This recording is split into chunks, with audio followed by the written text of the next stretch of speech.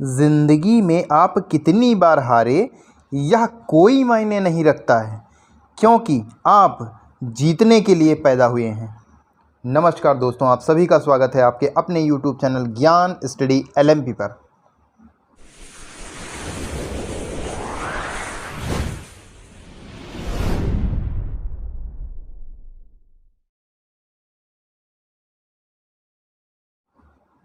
दोस्तों, आज हम लोग सामान्य ज्ञान के कुछ महत्वपूर्ण प्रश्न हल करने वाले हैं, जो कि आपके आने वाले कंपटीशन एग्ज़ाम्स के लिए काफ़ी महत्वपूर्ण रहने वाले हैं।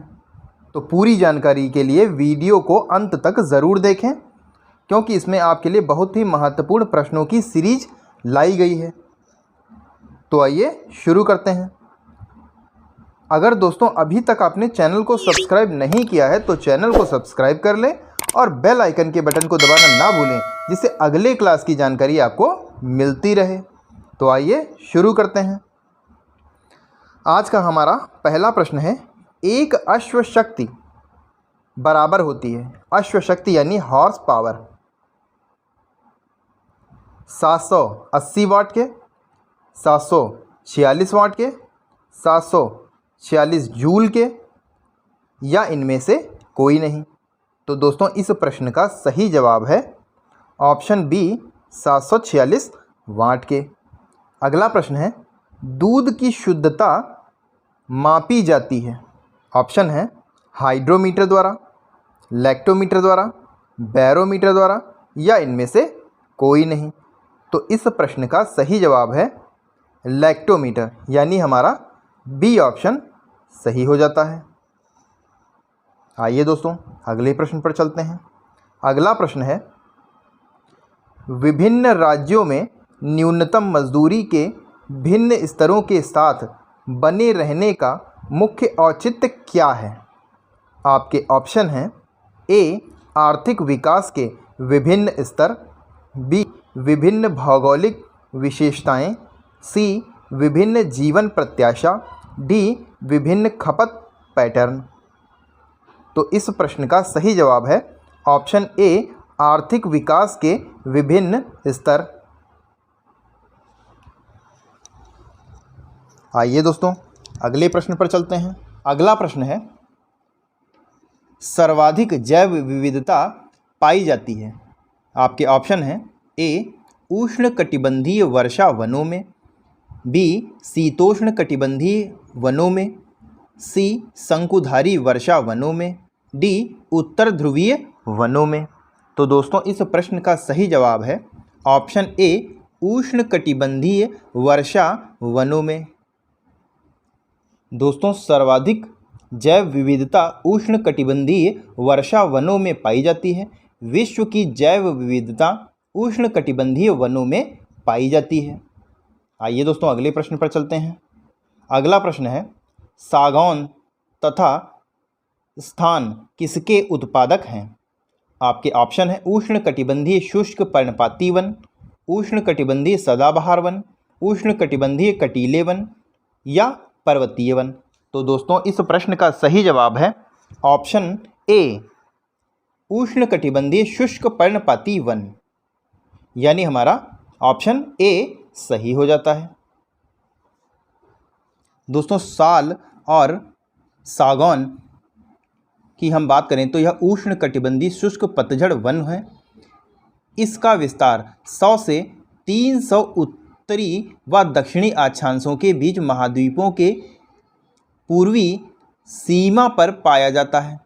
ये वन मध्य एवं उत्तर पूर्वी Bharat, Myanmar, Vietnam, Thailand, Laos, Cambodia, Brazil तथा उत्तरी ऑस्ट्रेलिया में पाए जाते हैं। म्यांमार सागौन के उत्पादन में अग्रणी है। तो आइए दोस्तों अगले क्वेश्चन पर चलते हैं। अगला प्रश्न है, निम्न में से कौन धौलाधर श्रेणी क्षेत्र की प्रमुख जनजाति है। आपके ऑप्शन हैं, ए आबोर, बी गद्दी, सी लेप्चा, डी थारू। तो दोस्तों इस प्रश्न का सही जवाब है ऑप्शन बी गद्दी। अगला प्रश्न है, कौन सा हार्मोन्स लड़ो या उड़ो हार्मोन्स कहलाता है। ऑप्शन है, ए इंसुलिन, बी एड्रेनलिन, सी एस्ट्रोएजन, डी ऑक्सीटॉक्सिन। तो दोस्तों इस प्रश्न का सही जवाब है ऑप्शन बी एड्रेनलिन। दोस्तों एड्रेनलिन हार्मोन मेडुला से स्रावित होता है। यह हार्मोन संकट काल या विशेष परिस्थितियों में उचित निर्णय लेने में सहयोग प्रदान करता है। यह हार्मोन क्रोध, भय, तनाव, व्यग्रता आदि स्थितियों में अत्यधिक स्रावित होने के कारण लड़ो या उड़ो हार्मोन्स कहलाता है। तो आइए दोस्तों अगले प्रश्न पर चलते हैं। अगला प्रश्न है, निम्न में से भारत का पहला राष्ट्रीय उद्यान कौन सा है? ए बांदीपुर, बी राजाजी, सी जिम कॉर्बेट, डी पेरियार। तो दोस्तों इस प्रश्न के सही उत्तर की अगर हम बात करें तो सही जवाब है जिम कॉर्बेट, यानी हमारा सी ऑप्शन सही हो जाता है। दोस्तों जिम कॉर्बेट नेशनल पार्क की स्थापना 1936 में हुई थी और इसके संस्थापक सर मैकहेली के नाम पर इसका नाम हेली नेशनल पार्क रखा गया था। परंतु 1956 में जिम कॉर्बेट के सम्मान में जिन्होंने भारत में वन्य जीव संरक्षण की पहल की, भारत सरकार ने इसका नाम बदलकर कॉर्बेट नेशनल पार्क रख दिया। अगला प्रश्न है, व्यावसायिक बैंक सामान्यतः ब्याज नहीं देते। ए बचत जमा खाते पर, बी चालू जमा खाते पर, सी सावधि जमा खाते पर, डी आवर्ती जमा खाते पर। तो दोस्तों इस प्रश्न का सही जवाब है ऑप्शन बी चालू जमा खाते पर। दोस्तों चालू जमा खाते पर व्यावसायिक बैंक जो हैं वो ब्याज नहीं देती हैं। आइए दोस्तों अगले प्रश्न पर चलते हैं। अगला प्रश्न है, काले धन के उन्मूलन के लिए सुझाव देने हेतु निम्न में से किस आयोग की नियुक्ति की गई थी? ए वित्त आयोग, बी सहकारिता आयोग, सी शाह आयोग, डी चेलैया आयोग। तो दोस्तों इस प्रश्न का सही जवाब है ऑप्शन डी चेलैया आयोग। अगला प्रश्न है, अखिल भारतीय राष्ट्रीय कांग्रेस की प्रथम महिला अध्यक्ष कौन थी? A Nalini Sengupta, B Sarojini Naidu, C Annie Besant, D Kadambini Bose. तो दोस्तों इस प्रश्न का सही जवाब है option C Annie Besant.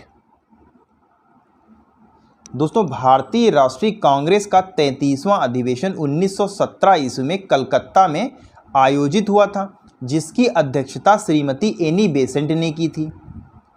Congress की अध्यक्षता करने वाली प्रथम भारतीय महिला सरोजनी नायडू थी,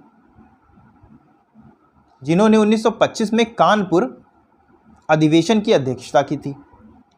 श्रीमती नलिनी सेनगुप्ता 1953 में कांग्रेस की अध्यक्ष रहीं। आइए दोस्तों अगले प्रश्न पर चलते हैं।